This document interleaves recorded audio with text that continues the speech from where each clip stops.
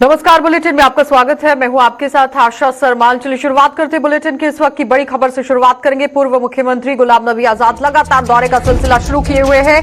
पूर्व मुख्यमंत्री गुलाम नबी आजाद का मिशन कश्मीर आज यहां पर जारी हो गया है। कुलगाम के बाद आजाद अब कोकरनाग में भी जनसभा को संबोधित करेंगे, रैली करेंगे यहां पर, और जम्मू कश्मीर को पूर्ण राज्य का दर्जा देने की भी मांग करेंगे। क्योंकि कल देखा गया कि रामबन के अंदर किस तरह से गुलाम नबी आजाद पहुंचे और धारा 370 को लेकर भी उन्होंने बात की, पूर्ण राज्य का दर्जा बहाल करने की बात की और साथ ही साथ विकास को भी मद्देनजर रखते हुए जनसभा में वो बोलते हुए नजर आए। लेकिन आज यहां पर आप बड़ी अपडेट देखिए, पूर्व मुख्यमंत्री गुलाम नबी आजाद अब कश्मीर मिशन पर निकल चुके हैं और अब देखना यह होगा कि कांग्रेस पार्टी को इसका कितना यहां पर लाभ मिलेगा। कुलगाम के बाद आजाद अब कोकरनाग में पहुंचेंगे, जहां पर रैली करेंगे और जनसभा को संबोधित किया जाएगा। जम्मू कश्मीर को भी पूर्ण राज्य के दर्जे की मांग पूरी तरह से वो साथ में रखे हुए हैं कि जब तक पूर्ण राज्य का दर्जा बहाल नहीं किया जाता तब तक ये लोग पीछे हटने वाले नहीं है। लगातार विपक्ष जो है वो अब केंद्र सरकार के खिलाफ लामबंद होता हुआ नजर आ रहा है, क्योंकि परिसीमन का समय होता हुआ नजर आ रहा है। अब रिपोर्ट सौंपी जाएगी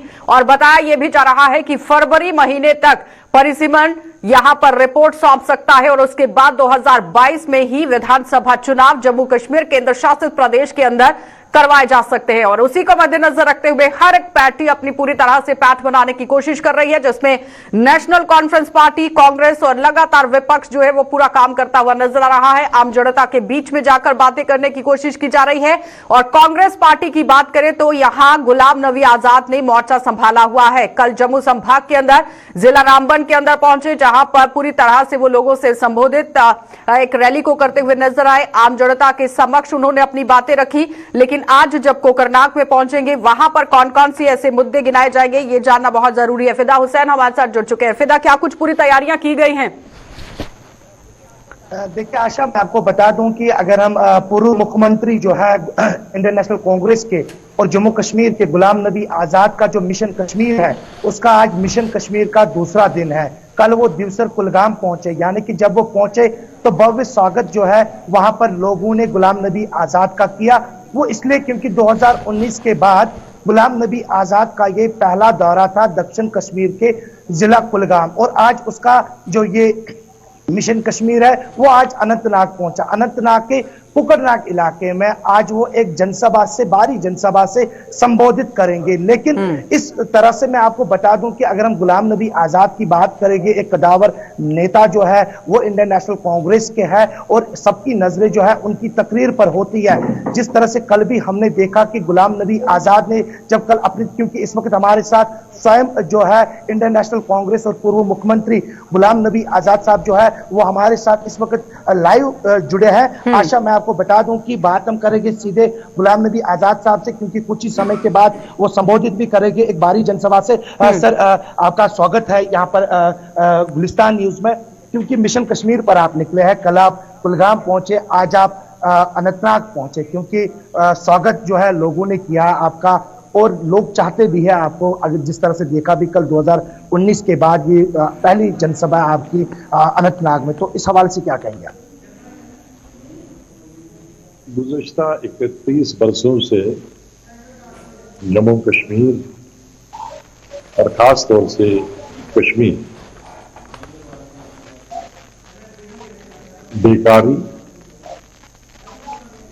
और बेरोजगारी और मिलिटेंसी का एक अड्डा बना है।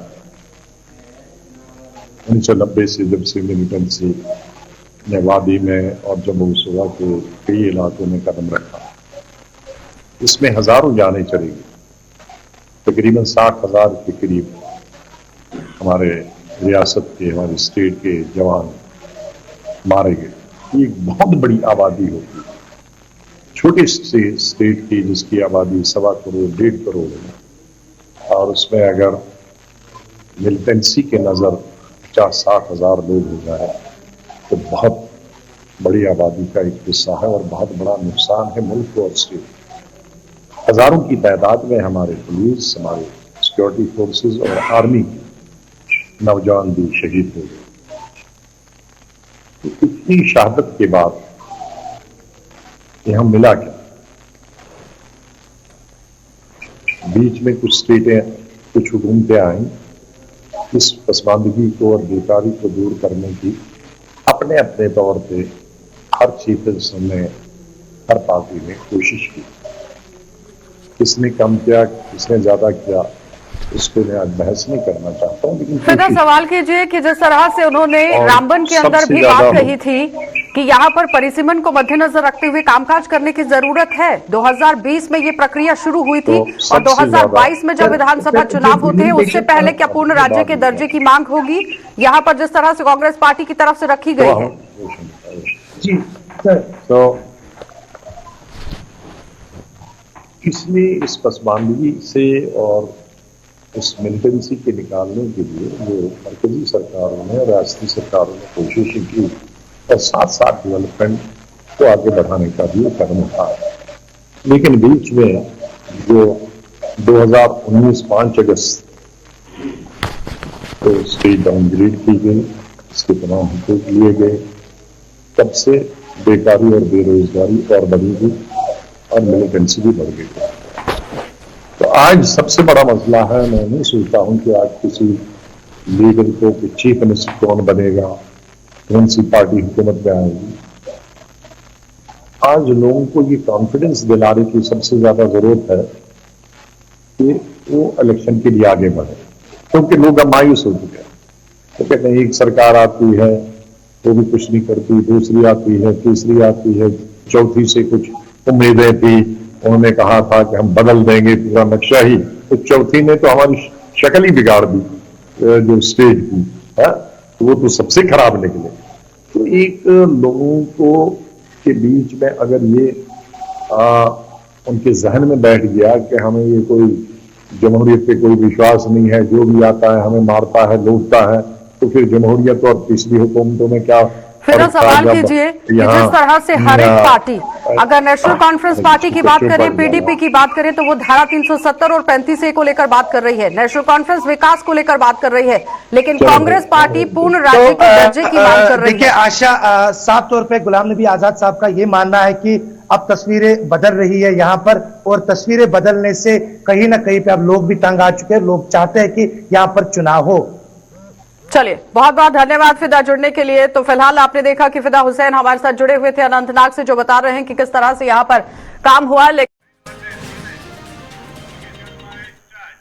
नमस्कार, आप देख रहे हैं गुलिस्तान न्यूज, मैं आपके साथ सोनिका सिंह। सीधा आपको उत्तराखंड लिए चलते हैं। इस वक्त मुख्यमंत्री पुष्कर सिंह धामी हरिद्वार में हैं और संबोधन कर रहे हैं। जो सपने इसके निर्माण के लिए दौरान देखे गए थे, हमारी सरकार जन आकांक्षाओं की पहचान कर उसके अनुरूप फैसले ले रही है। सीमांत क्षेत्र के दुर्गम इलाके से आने के कारण मैं प्रदेश की सभी समस्याओं को भली भांति जानता हूं। साथ ही एक सैनिक पुत्र होने के नाते, क्योंकि मेरा बाल्यकाल सेना के साथ बीता है और आज महामहिम राष्ट्रपति हमारे सेना के सर्वोच्च हैं, मैं उत्तराखंड के सैनिक परिवारों की अपेक्षाओं के और उम्मीदों के लिए पूरी तरह से पूरा करने के लिए प्रयत्नशील हूं।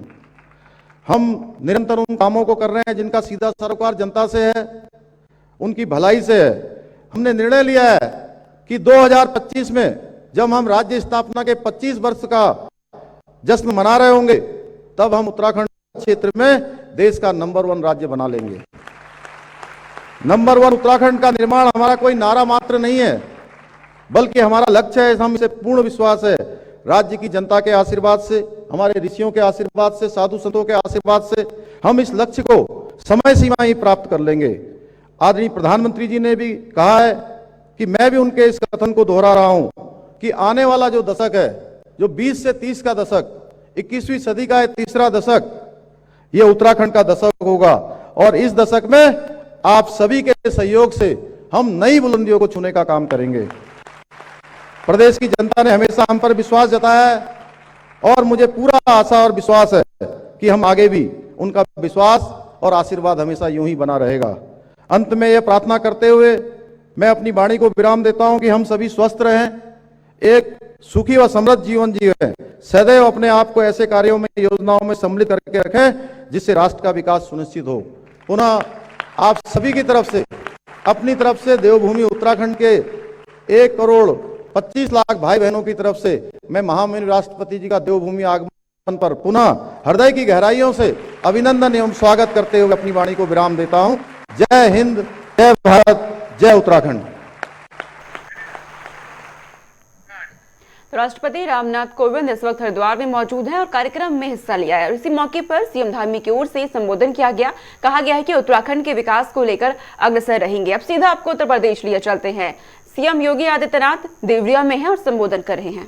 उसका परिणाम है कि भारत हर एक क्षेत्र में विकास की नित नई ऊंचाइयों को छूता हुआ दिखाई दे रहा है और उसका लाभ सर्वाधिक अगर किसी प्रदेश को प्राप्त हो रहा है तो वह उत्तर प्रदेश को प्राप्त हो रहा है।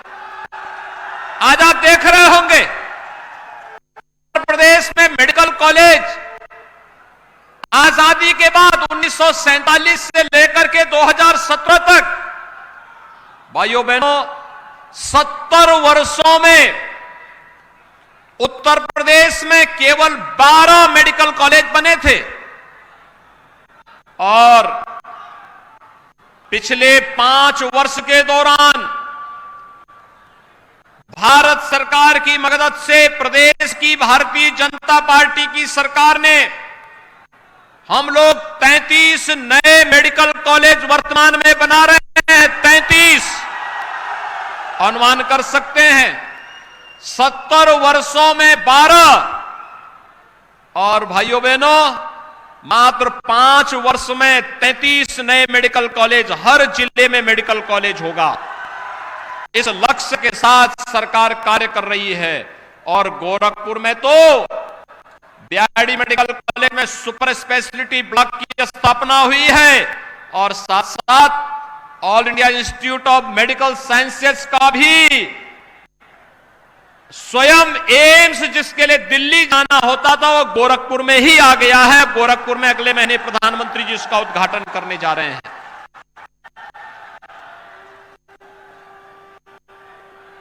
जब विकास की सोच होती है तो विकास की जाति, मौत, मजहब, क्षेत्र, भाषा से ऊपर उठ करके सबका साथ, सबके विकास के साथ जुड़ता है।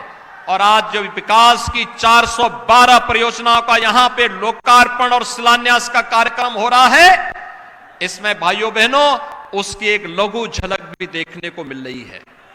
इसमें सड़क भी है, बिजली की परियोजनाएं भी हैं, स्वास्थ्य की सुविधाओं से जुड़े हुए प्रोजेक्ट भी हैं, सड़क से जुड़े हुए प्रोजेक्ट भी हैं, शिक्षा से जुड़े हुए परियोजनाएं भी हैं और साथ साथ भारत के आन मान और शान के प्रतीक, भारत की आजादी के लिए अपना सर्वस्व न्यौछावर करने वाले देश के महान स्वतंत्रता संग्राम सेनानियों के प्रति सम्मान का भाव भी है।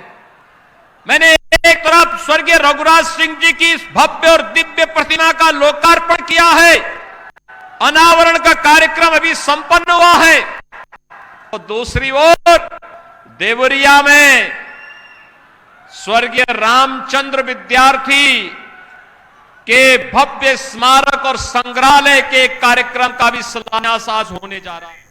सीएम योगी आदित्यनाथ को सुना आपने। देवरिया में करोड़ों की सौगात दी गई है, लोकार्पण किया गया है। परियोजनाओं का विधानसभा चुनाव के मद्देनजर लगातार अलग अलग जिलों का दौरा कर रहे हैं। अब तमाम खबरों के लिए सीधा रुख कर लेते हैं अपने जम्मू स्टूडियो का। खासतौर पर चकबंगा गुजरा इलाका, यहां पर पाकिस्तान के फेवर में नारेबाजी भी हुई थी जब वहां पर T20 मैच के दौरान पाकिस्तान की जीत हुई थी। वहां वही एक पर्टिकुलर एरिया, यहां पर ड्रग्स जो वो धड़ल्ले से बिकता है। दूसरा जो सरोर अड्डा इलाका है वहां भी ड्रग्स जो वो काफी भारी तादाद में बिकता है। तो यहां पर जब पुलिस जाती है तो टारगेट किया जाता है, जब कोई और लोग जाते हैं उनके ऊपर टारगेट किया जाता है। तो पुलिस से लगातार कल सांबा के पार्षदों ने अपील की है, वहां पर हाउस में मीटिंग हुई है कि इसके ऊपर काम करना जरूरी है और उसको लेकर लोगों ने यह भी कहा की तरफ से, जम्मू कश्मीर पुलिस की अगर बात करें तो उनकी तरफ से यहां पर बात सामने रखी गई थी कि एक टीम का गठन किया है जो पूरी तरह से नशे के खिलाफ अभियान छेड़े हुए है और वो काम भी कर रही है। क्या उसी टीम के तहत ही यहां पर काम हो रहा है या फिर सांबा पुलिस एक अलग से अभियान शुरू करने वाली है आम जनता के साथ मिलकर? क्योंकि जब तक आम जनता का सहयोग नहीं मिलेगा तब तक कुछ नहीं होने वाला है। देखिए, बिल्कुल जो सांबा पुलिस की मुहिम है उसमें मैं साफ तौर पर आपको बता दूं कि सिविल सोसाइटीज के लोगों को साथ लेकर चल रही है और उसी के साथ जो पार्षद है सांबा म्युनिसिपल काउंसिल के, उनको साथ लेकर चल रही है। और पार्षदों ने सीधे तौर पर यह दो टूक कहा है पुलिस को कि यहां पर आपको हमारी जरूरत है, आप हमें साथ लेकर चलिए, जो आप पर्टिकुलर ग्रे एरियाज और ब्लैक एरियाज की बात कर रहे हैं वहां पर जो है वो अपने सोर्सेज जो है वो भेजिए, सोर्सेज के आधार पर वहां से इंफॉर्मेशन गैदर करिए और उस इंफॉर्मेशन पर काम करिए, क्योंकि नशे को पूरी तरह से खत्म करना है, ये नीड ऑफ द आवर है। और कहीं ना कहीं अगर ये वक्त पर नहीं किया गया तो मुझे लगता है कि सांबा के हालात आने वाले दिनों में बद से बदतर हो जाएंगे। और कहीं ना कहीं जो युवा पीढ़ी है वो खासतौर पर मैं आपको ये बताना चाहता हूं कि अगर सांबा मेन चौक के आसपास की बात कर ले, वहां से अगर शुरू हो जाए तो कई ऐसे एरियाज हैं यहां पर आपको युवा नशे के लत में दिखेंगे और कहीं ना कहीं क्रिमिनल एक्टिविटीज भी उसके बाद जो वो बढ़ जाती है। तो मुझे लगता है कि इसलिए शायद ये मीटिंग इसीलिए रखी गई है कि इसके ऊपर गौर किया जाए, मंथन किया जाए और पर्टिकुलर कुछ इनिशिएटिव जो वो शुरुआत में लिया जाए और इस तरह का अगर स्टेप लिए जाते हैं तो मुझे लगता है कि बड़ा अच्छा होगा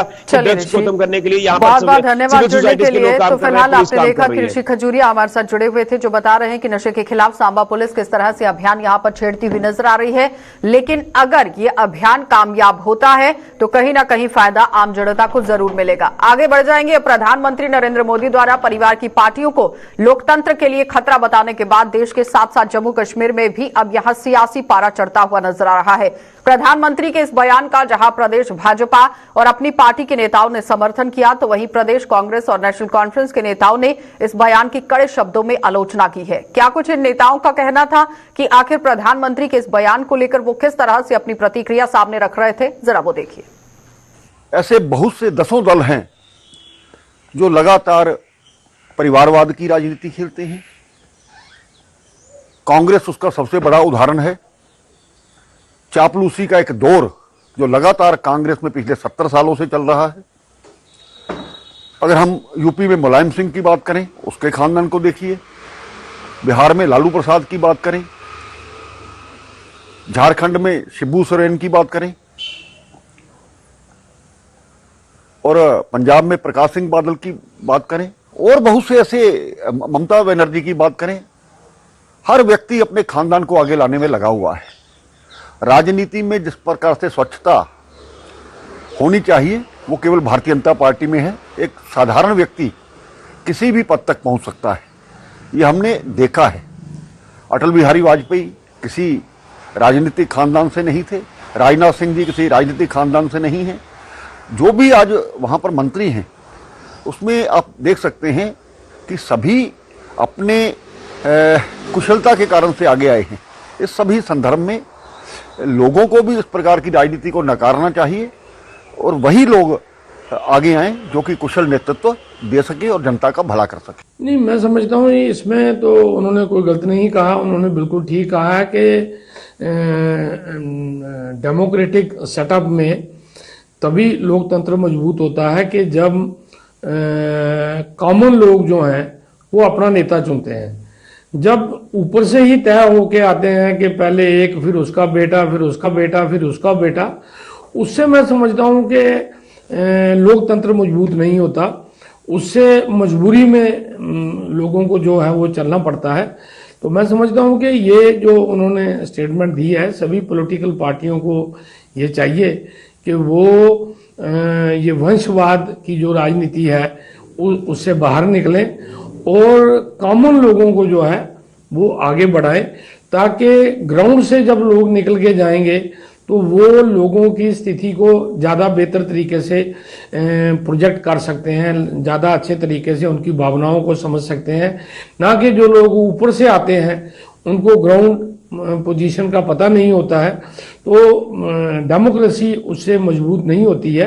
आज जब प्रधानमंत्री इस तरह की बातें करते हैं तो लगता है कि कहीं ना कहीं वो अपनी जिम्मेदारी से भाग रहे हैं और इस सरकार ने, भारतीय जनता पार्टी की सरकार ने नरेंद्र मोदी जी की अगुवाई में जिस तरह से संविधान में लोगों के अधिकारों का, लोगों के हितों का हनन हुआ, हम ये समझते हैं कि सरकार अपने उन मूल्यों से, सरकार अपनी जिम्मेदारी से भाग रही है और सरकार को अपनी जिम्मेदारी से भागना नहीं चाहिए। अगर हम वंशवाद की बात करें तो वंशवाद भारतीय जनता पार्टी से ज्यादा किसी पॉलिटिकल पार्टी में, किसी राजनीतिक पार्टी में नहीं है।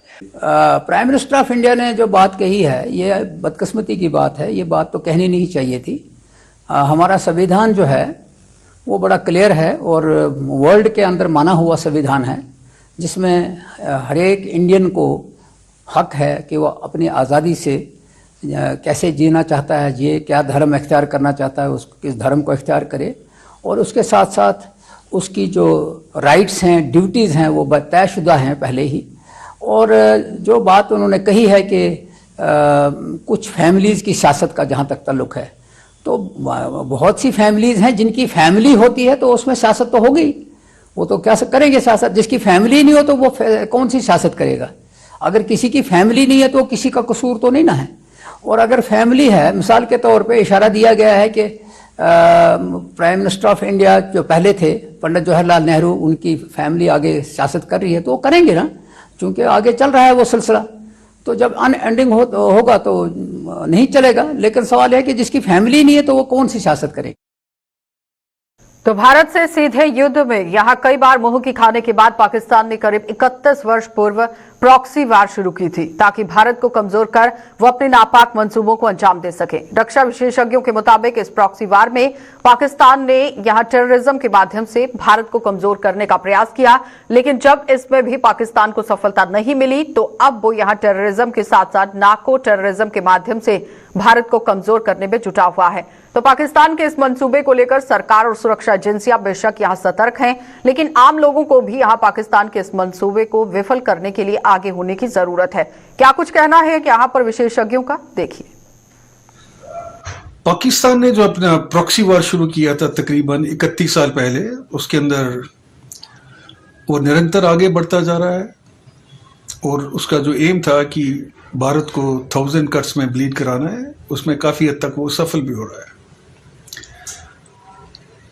किसी भी देश की युवा पीढ़ी को बर्बाद करने के लिए ड्रग्स सबसे कारगर हथियार है और पाकिस्तान इस समय वही कर रहा है कि टेररिज्म को वो बढ़ावा दे रहा है नैर्कोटिक टेररिज्म के जरिए।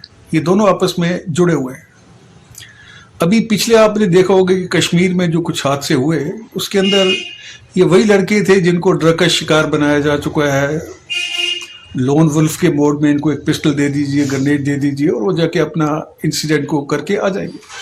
पाकिस्तान और अफगानिस्तान की दुनिया की सबसे ज्यादा जो अफीम और हेरोइन है वो यहाँ पर पैदा हो रही है और इसके लिए पाकिस्तान की ये भरपूर कोशिश रहेगी कि ये जो 2 बॉर्डर स्टेट्स हैं, पंजाब और जे&के, इनके ऊपर ड्रग टेररिज्म जो है, जिसको हम नार्को टेररिज्म भी बोलते हैं, इससे हमारी युवा पीढ़ी के ऊपर इतना असर पड़े कि वो पूरी तरह से बर्बाद हो जाएं और पाकिस्तान को एक डायरेक्ट वॉर जो है इनिशिएट करने की जरूरत ना पड़े। तो ये हमें चुस्त रहना पड़ेगा, हमारी इंटेलिजेंस एजेंसीज को चुस्त रहना पड़ेगा, हमारी पुलिस, आर्मी, ये सबको इकट्ठे मिलके और हम नागरिकों को भी इकट्ठे मिलके इस ये जो थ्रेट आ रहा है नार्को टेररिज्म का, इसके खिलाफ लड़ना है। और अगर हम नार्को टेररिज्म पे विजय पा लेते हैं तो टेररिज्म को मिटाने में ज्यादा टाइम नहीं लगेगा। क्योंकि नार्को टेररिज्म जो है वो जरा तेजी पकड़ता जा रहा है, पर इसमें मैं मुबारक देना चाहूंगा अपने नार्को के जो एसएसपी मिनिस्टर ये हैं, जो कि काफी अच्छा काम कर रहे हैं और काफी इसके ऊपर संतर्क हैं। और ये प्रोमिनेंट हो रहा है कि पिछले कुछ दिनों से जो अफीम, गांजा, कोकीन जो ये तमाम चीजें काफी मिकदार में पकड़ी जा रही हैं। देखिए, पाकिस्तान के जो अपने अंदरूनी हालात हैं, आप सभी जानते हैं, पूरी दुनिया जानती है कि उनके हालात। कल इमरान खान साहब ने खुद कहा कि मेरे पास मुल्क चलाने के लिए पैसे नहीं। तो अगर आप देखें कि एक तरफ टेररिज्म को एक्टिव रखना चाहते हैं, नार्को टेररिज्म को भी वो एक्टिव रखना चाहते हैं और हालात उनके अपने जो है वो ठीक नहीं, तो पैसा कहां से आएगा? ये हर तरफ से हमें घेरने की कोशिश कर रहे हैं और जब जब ऐसा होता है तब तब पूरी देश की जनता को जागरूक होना पड़ता है। हमें अपने बच्चों को बचाना है जिनकी ज़िंदगी पाकिस्तान तबाह करने की कोशिश कर रहा है। तो ये जो ड्रग माफिया है ये कुछ इधर के होंगे और पाकिस्तान से जो ड्रग्स आते हैं उनको रिसीव करते हैं और आगे उनका डिस्ट्रीब्यूशन करते हैं। इन पर भी पैनी नज़र रखने की ज़रूरत है और पाकिस्तान को, जैसा मैंने कहा, एक सख्त सबक दिखाने का एक समय आ गया है ताकि ये लगातार हर तरह की जो उसका narco terrorism, arm supply, infiltration सब तरफ से शुरू है, इसको रोका जा सके और अमन चैन से हमारे देशवासी जी सके। चलिए, बुलेटिन में फिलहाल इतना ही। देश और दुनिया की खबरों के लिए आप बने रहिए गुलिस्तान न्यूज के साथ।